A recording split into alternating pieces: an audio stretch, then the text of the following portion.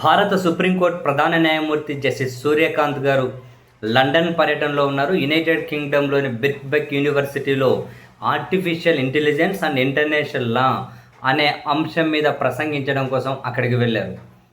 అయితే ఈ వేదిక మీద ఆయన ప్రసంగించే సమయంలో అదే కార్యక్రమంలో పాల్గొన్న కొందరు భారతీయులు ఆయనకు నిలబడి చాలా సూటిగానే ప్రశ్నలు అడిగారు.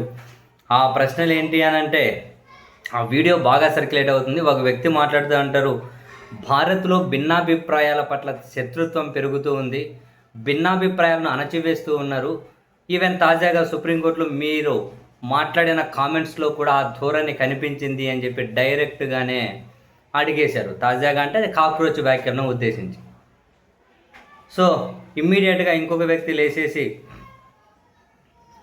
మే 15న సుప్రీంకోర్టులో మీరు కాక్రోచ్ వ్యాఖ్యలు చేయాల్సిన అవసరం ఏమొచ్చింది, భిన్నాభిప్రాయాలను అణచివేసే ఆలోచన కదా, అటువంటి ధోరణి కదా అని చెప్పి వాళ్ళు ఇంకొక భారతీయులు లేచి నేరుగానే ప్రశ్నించేసరికి అక్కడున్న మా మోడరేటర్లు అంటే నిర్వాహకులు కల్పించుకొని, లేదు ఇక్కడ మేము ప్రశ్నలు అనుమతించబడదు, మీ భిన్నాభిప్రాయాలను మేమైతే స్వాగతిస్తూ ఉన్నాము, బట్ ఈ వేదిక మీద ప్రశ్నలకు ఆస్కారం లేదు, కేవలం ఆ అంశం మీద ప్రసంగించడం కోసం మాత్రమే, దయచేసి శాంతించండి, దయచేసి సంయమనం పాటించండి అని చెప్పి వేదిక మీద నుంచి ఆ నిర్వాహకులు అడుగుతూ ఉన్నారు. వీళ్ళిద్దరికి మరికొంతమంది తోడయ్యారు. అవే ప్రశ్నలే భిన్నాభిప్రాయాల మీద దేశీయంగా కాకుండా అంతర్జాతీయంగా కూడా న్యాయ నిపుణులు ఆందోళన వ్యక్తం చేస్తూ ఉంటే, సుప్రీంకోర్టు ప్రధాన న్యాయమూర్తిగా మీరు ఏం చేస్తున్నారు అని కొందరు సూటిగానే అడిగేశారు. ఏ ప్రశ్నకు గౌరవ ప్రధాన న్యాయమూర్తి గారైతే సమాధానం చెప్పలేదు.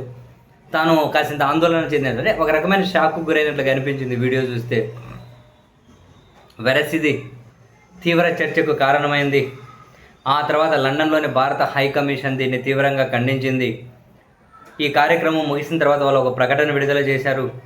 ఇది చాలా అసభ్యకరమైనది, అనుచితమైనది అని చెబుతూ, భిన్నాభిప్రాయాలు ప్రజాస్వామ్యంలో సహజమే, అయితే వాటిని మర్యాదపూర్వకంగా గౌరవప్రదంగా వ్యక్తపరచాలి, కార్యక్రమాన్ని అడ్డుకునే విధంగా వ్యవహరించడం ఆమోదయోగ్యం కాదు అని లండన్లోని భారత హై కమిషనరేట్ అఫీషియల్గా ఒక ప్రకటన విడుదల చేసింది. ఓవరాల్గా దీని మీద దేశంలో అయితే చాలా చర్చ జరుగుతూ ఉంది.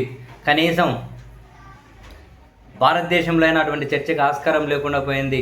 అంతర్జాతీయ వేదికల మీద అయినా మనం ఈ చర్చను ఆహ్వానించాలి అని చెప్పి కొందరు అంటూ ఉంటే, లేదు ఇది దేశంలో చర్చించుకోవాల్సిన అంశం, ఈ దేశ ప్రధాన న్యాయమూర్తి పక్కకు పోయినప్పుడు ఆయన ప్రసంగానికి అంతరాయం కలిగించుకుంటూ ప్రశ్నలు అడిగే అవకాశం లేని దగ్గర ప్రశ్నలు అడగడం అంటే ఆయనను అవమానించినట్లే అని చెప్పి మరికొందరు.